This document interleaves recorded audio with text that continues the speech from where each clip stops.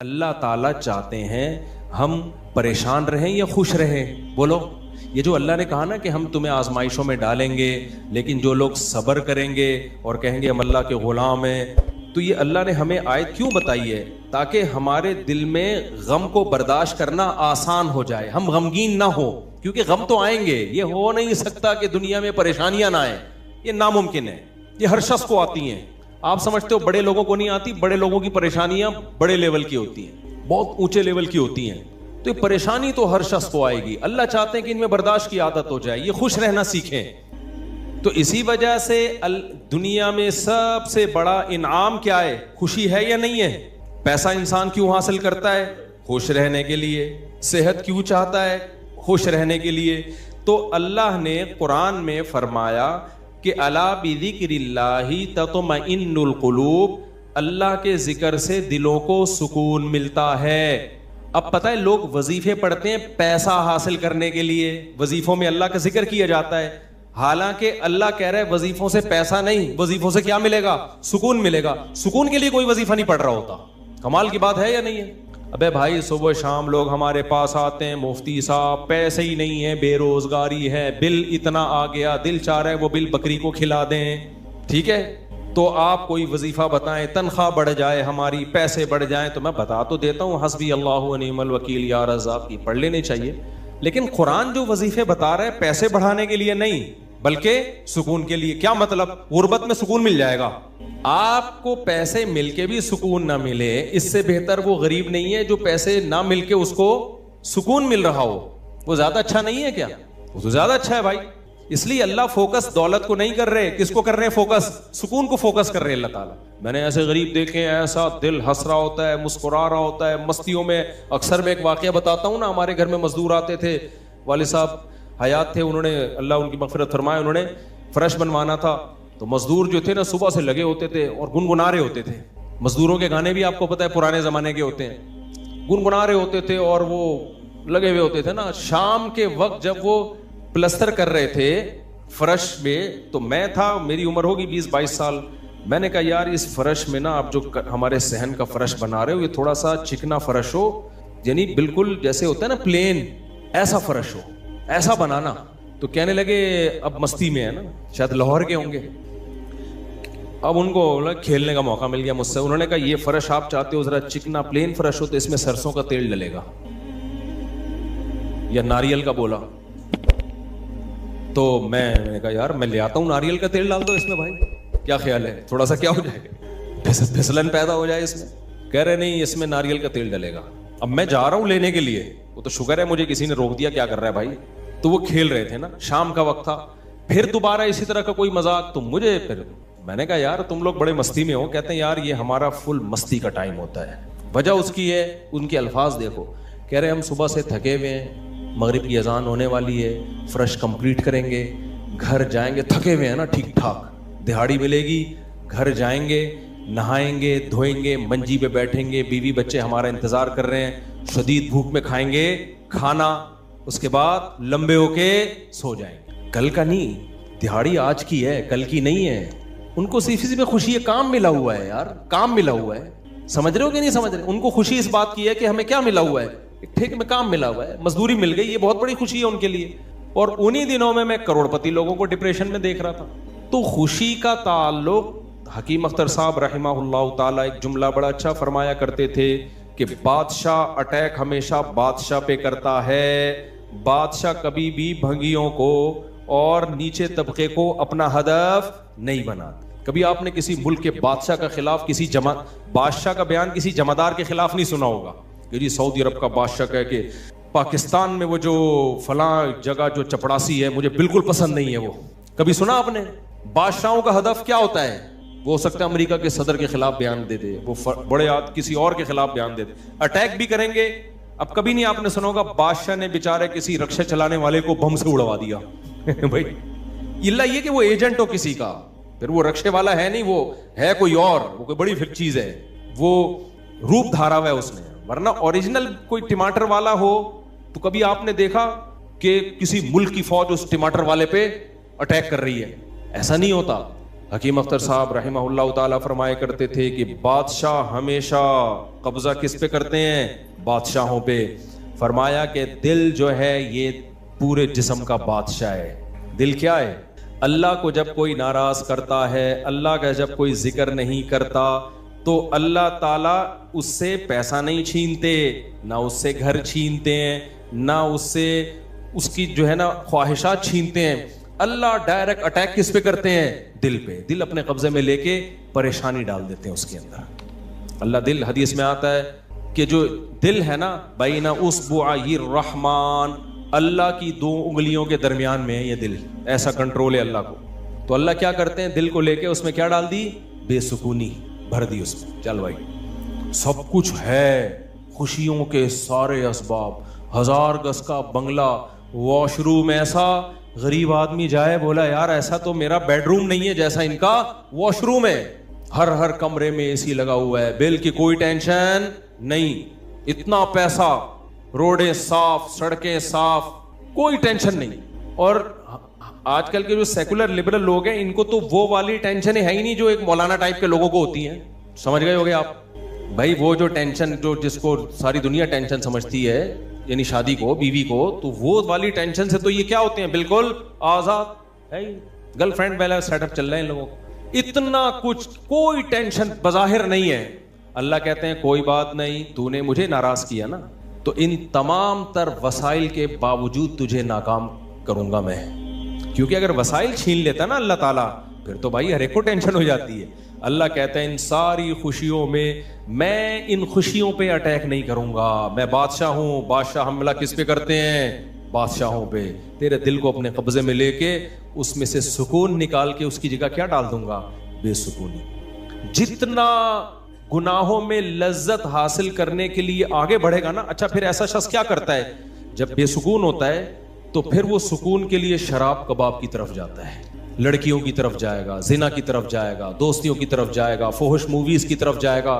اللہ کہتے ہیں کہ اب جتنا ان چیزوں میں جائے گا نا، وقتی خوشی ملے گی، وقتی راحت، لیکن بے سکونی کے جال میں پھنستا چلا جائے گا. شاعر نے کہا نا جتنا تڑپو گے جال کے اندر، جال گھسے گا کھال کے اندر. پرندہ جال میں جب پھنس جائے تو ایک طریقہ تو ہو سکتا ہے آزاد ہونے کا کہ ہلے نہیں، اور جب مالک آئے جال کو ہٹائے تو اس وقت آنکھ بچا کے نکل جائے، شاید 1% چانس ہو. لیکن اگر وہ ہلنا شروع کر دے تو جال لپٹتا چلا جائے گا کہ نہیں چلا جائے گا؟ دیکھو مچھلی جب کانٹے پہ منہ مارتی ہے اس کے پاس اس وقت آپشن ہوتا ہے کہ ہل نہیں، بڑے آرام سے کسی طریقے سے واپس، شاید 1% چانس ہو. لیکن ہلے گی تو اوپر بیٹھا ہوا آدمی سمجھ جاتا ہے کہ شکار اس میں پھنس گیا ہے. ہلنے سے پتہ چلتا ہے، زور لگانے سے، پھر وہ کھینچتا ہے. تو جتنا پیچھے زور لگائے گی کانٹا اتنا زیادہ اندر گھسے گا. تو نافرمان کیا کرتا ہے؟ وہ سکون کے لیے فحش فلموں کا سہارا لیتا ہے، وہ لڑکیوں کا سہارا لیتا ہے، وہ نشے کا سہارا لیتا ہے، شراب کباب کا سہارا لیتا ہے. اللہ کہتے ہیں میں نے تجھے کہا تھا کہ تو شریعت پہ نہیں چلے گا، مجھے یاد نہیں کرے گا، بے سکونی میں جائے گا. تو کمبخت اس بے سکونی کے علاج میں اور زیادہ بے سکونی کے اسباب اختیار کر رہا ہے. اللہ دوبارہ اس کا دل ہاتھ میں لے کے جتنا پہلے بے سکونی ڈالی تھی نا، وہ بے سکونی اور زیادہ ڈال دیتے ہیں اس میں. سمجھتے ہو کہ نہیں سمجھتے ہو؟ تو میں یہ عرض کر رہا تھا، اللہ میاں نے کیا فرمایا؟ الا بذکر اللہ تطمئن القلوب. اللہ کو یاد کرو گے تو دلوں کو سکون ملے گا. اس سے پتہ چلتا ہے کہ اللہ چاہتے ہیں کہ ہمارے دلوں میں سکون آئے. تبھی اللہ نے اپنی اطاعت پہ کیا رکھ دیا؟ سکون. اب ذکر جس پہ سکون ملتا ہے نا، اس ذکر کی 2 قسمیں ہیں. کتنی قسمیں بھائی؟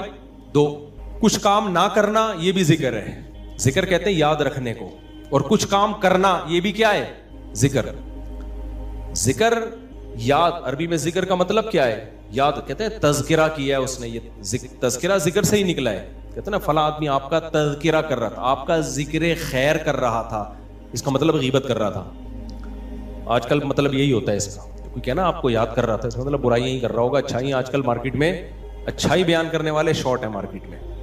تو ذکر کا مطلب کیا ہے بھائی؟ یاد رکھنا. تو اللہ کہتے ہیں جو اللہ کو یاد رکھتے ہیں ان کے دلوں میں کیا پیدا ہوتا ہے؟ سکون. اور اللہ نے کہا الا، خبردار. یہ اللہ کا لفظ تنبیہ کر رہا ہے کہ اس بارے میں دوسری رپورٹیں بھی ہیں.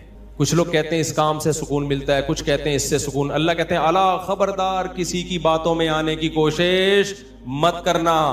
یہ الا کا لفظ جو ہے نا یہ اس لیے لگا دیا, خبردار یہ ساری فیک نیوز ہیں, یہ سب پروپیگنڈا ہے. دل میرے ہاتھ میں ہے تو سکون بھی کس کے ہاتھ میں ہوگا؟ میں جو چاہوں اس میں ڈال دوں. سکون ایک ایسی چیز ہے اپنے اختیار سے کبھی آتی نہیں ہے. آپ خوش رہنے کی کوشش کرو تو تھوڑا سا کچھ اسباب اختیار کر لو گے, اس سے زیادہ نہیں ہوگا. جن لوگوں نے خوش رہنے پر کتابیں لکھی ہے نا ان میں بہت سے خودکشی کر کے مرے ہیں, سمجھ رہے ہو؟ کتابیں لکھ گئے کہ خوش ایسے رہتے ہیں. کتاب لکھ کے جب وہ چلی نہیں مارکیٹ میں تو اسی سے ڈپریشن میں چلے گئے. وہ یار یہ چل کیوں نہیں تھی مارکیٹ میں, کیا خیال ہے بھائی, یہ بک کیوں نہیں رہی, اتنی محنت سے ہم نے لکھی ہے, اسی سے کیا ہو گئی ان کو ڈپریشن ہو گئی. خوشی پہ ورک شاپ کرنی تھی, پبلک ہی نہیں آئی, اسی سے ٹینشن میں چلے گئے. یار پبلک تو ہے ہی نہیں, سارے پیسے ضائع ہو گئے. تو وغیرہ وغیرہ بہت سارے مسائل ہیں لوگوں کے ساتھ بھائی, سب کے ساتھ ہی ہوتے ہیں. تو اللہ میاں نے کہا کہ یہ دل کسی موٹیویشنل اسپیکر کے ہاتھ میں نہیں ہے. آج کل گورے بہت ورک شاپس کروا رہے ہیں نا, خوش رہنا خوش رہنا. تو اللہ کہتے ہیں کہ دل اور دماغ یہ دو چیزیں کس کے کنٹرول میں ہیں؟ میرے. تبھی میں نے نیند پر اتوار کو بیان کیا, وہ لازمی سن لیے گا کہ نیند بھی کس کے کنٹرول میں ہے؟ اللہ کے.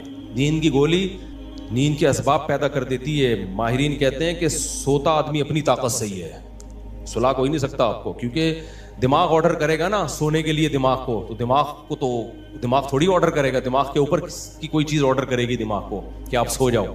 دماغ باقی چیزوں کو آرڈر کر سکتا ہے کہ رک جا, بولنا بند کر دے, سننا بند کر دے, آنکھیں بند کر لے.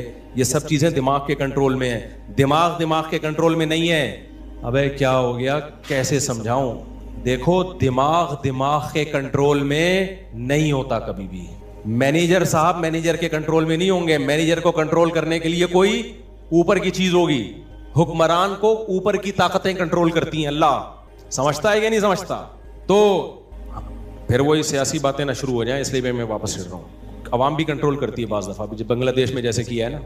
خیر, تو اچھی خبر ہے الحمدللہ, بنگلہ دیش سے بہت اچھی نیوز آ رہی ہے.